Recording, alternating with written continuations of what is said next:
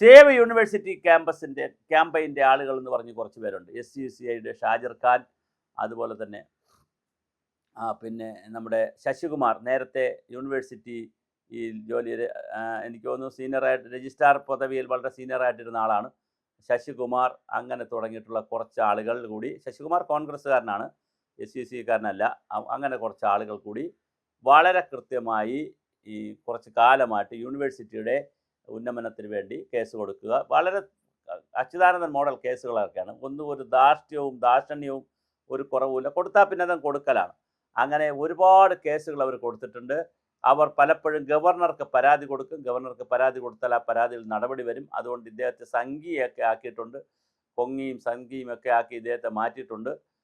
പിന്നെ ഇദ്ദേഹത്തെ കൊസംഗി എന്നൊക്കെയാണ് വിളിക്കുന്നത്. കോൺഗ്രസ്സുകാരനായ സംഘി എന്നൊക്കെ അദ്ദേഹത്തെ വിളിക്കും. പക്ഷെ അതൊന്നും അദ്ദേഹം മൈൻഡ് ചെയ്യാതെ അദ്ദേഹം കാര്യങ്ങൾ പറയാറുണ്ട്. ഇതിനിടയിൽ കേരള ഹൈക്കോടതി കൊണ്ടൊരു കേസ് കൊടുത്തു. അതായത് 70കളിൽ AK ആൻ്റണി മുഖ്യമന്ത്രിയായിരുന്നപ്പോൾ AKG സെൻറ്ററിന്, ഇന്നത്തെ AKG സെൻറ്ററിന് അന്ന് പഠന ഗവേഷണം എന്നുള്ളൊരു കാഴ്ചപ്പാടിൽ പാർട്ടി ഓഫീസർക്ക് സീറ്റ് വയ്ക്കാൻ കൊടുക്കാൻ പറ്റത്തില്ല. AKGയുടെ പേരിലുള്ള ഒരു പഠന ഗവേഷണ കേന്ദ്രം, AKG പഠന ഗവേഷണ കേന്ദ്രം എന്ന് പറഞ്ഞൊരു 15 സെൻറ്റ് സ്ഥലം, കണ്ണായ സ്ഥലം സൗജന്യമായിട്ട് ആർക്ക് കൊടുത്തു? ഈ AKG സെൻറ്ററിന് കൊടുത്തു. പക്ഷേ അവർ 15 സെൻറ്റിൽ കെട്ടിടമൊക്കെ വെച്ചതിന് ശേഷം പിന്നെ ഒരു 35 സെൻറ്റ് കൂടി കയ്യേറി. അങ്ങനെ 50 സെൻറ്റ് അവർ കൈക്കലാക്കി വെച്ചിരിക്കുകയാണ്. ഈ 35 സെൻറ്റ് സ്ഥലം തിരിച്ചു പിടിക്കണമെന്നാണ് ശശികുമാർ സംഘത്തിൻ്റെ ആവശ്യം. അങ്ങനെ അവർ ഹൈക്കോടതി വരെ പോയി, ഗവർണർക്ക് പരാതി കൊടുത്തു, സർക്കാരിന് പരാതി കൊടുത്തു. അങ്ങനെ വലിയ പുകയാക്കി അവർ വച്ചിരിക്കുമ്പോഴാണ് ഈ ശശികുമാർ അടക്കമുള്ള ആളുകൾക്ക് UDFന് കേരള യൂണിവേഴ്സിറ്റിയിൽ സിൻഡിക്കേറ്റ് വഴി ഒരു അപ്പർ ഹാൻഡ് കിട്ടി. അപ്പോൾ മോഹൻ കുന്നുമേൽ എന്ന് പറയുന്ന അരസംഖ്യയായിട്ടുള്ള സംഘപരിവാറിൻ്റെ സഹയാത്രികനായിട്ടുള്ള മോഹൻ കുന്നുമേലും അദ്ദേഹം BC ആയിരിക്കുന്നു. സ്വാഭാവികമായിട്ട് ശശികുമാറിനും സംഘത്തിനും പണി എളുപ്പമായി. കമ്മ്യൂണിസ്റ്റുകാരാണെങ്കിൽ പണി എളുപ്പമല്ല.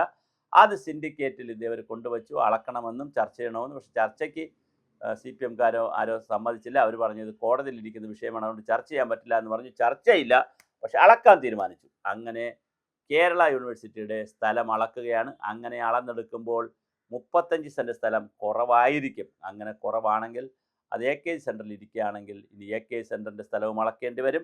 അതിന് പക്ഷേ എളുപ്പമല്ല, അത് യൂണിവേഴ്സിറ്റിക്ക് അളക്കാൻ പറ്റത്തില്ല. അത് അളക്കണമെങ്കിൽ AKG സെൻറ്ററിൻ്റെ സ്ഥലം അളക്കണമെങ്കിൽ ഗവൺമെൻറ് തന്നെ വിചാരിക്കണം, അല്ലെങ്കിൽ കോടതി വിചാരിക്കണം.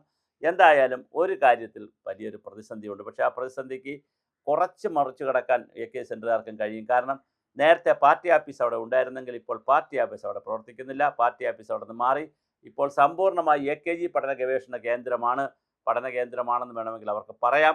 പക്ഷെ അപ്പോഴും അത് കല്യാണത്തിനും മേളകൾക്കും പരിപാടികൾക്കുമൊക്കെ അത് വാടകയ്ക്ക് കൊടുക്കുന്നുണ്ട്. അത് ചിലപ്പോൾ തടസ്സപ്പെട്ടേക്കാം. അതുപോലെ തന്നെ അവിടെ പഠന ഗവേഷണം മാത്രമായി ചുരുക്കിയേക്കാം.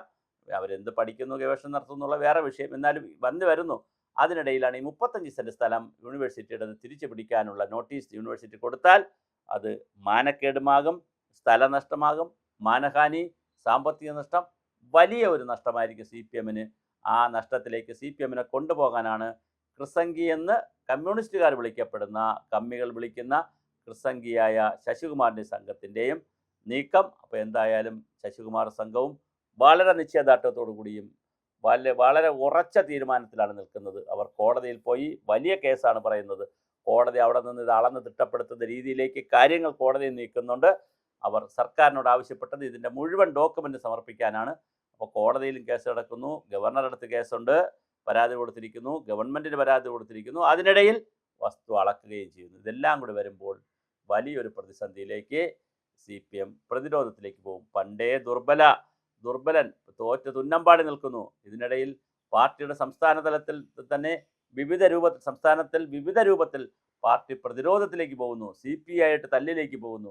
അങ്ങനെ ആകെ പ്രതിരോധമായി വളരെ ആടിയുലഞ്ഞു നിൽക്കുന്ന, എപ്പോൾ വേണോ ഉരുൾപൊട്ടലുണ്ടാകാവുന്ന രീതിയിൽ ആടിയുലഞ്ഞു നിൽക്കുന്ന ഒരു മല പോലെ, മഴവെള്ളം നിറഞ്ഞു നിൽക്കുന്ന മല പോലെ, പ്രതിരോധങ്ങളാലും പ്രശ്നങ്ങളാലും പ്രതിസന്ധികളാലും വളരെ കുരുങ്ങി നിൽക്കുന്ന CPMനകത്ത് കൂനിന്മേൽ കുരു പോലെ ശശികുമാർ കൂടി വരുമ്പോൾ വളരെ മനോഹരമാണ്, വളരെ പ്രശ്നാധിഷ്ഠിതമാണ്.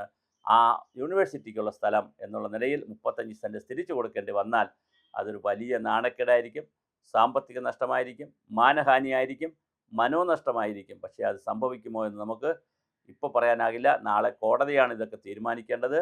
കോടതി പറയുകയാണ് കൊടുത്തത് തന്നെ ഇനി തിരിച്ചു വാങ്ങിക്കേണ്ട, അത് പഠന ഗവേഷണ കേന്ദ്രമാണെന്നൊക്കെ പറഞ്ഞാൽ ഓക്കെ, അല്ലെങ്കിൽ തിരിച്ചു വാങ്ങേണ്ടി വരും. തിരിച്ചു വാങ്ങാനുള്ള നടപടികൾ യൂണിവേഴ്സിറ്റി ആരംഭിച്ചിട്ടുണ്ട്.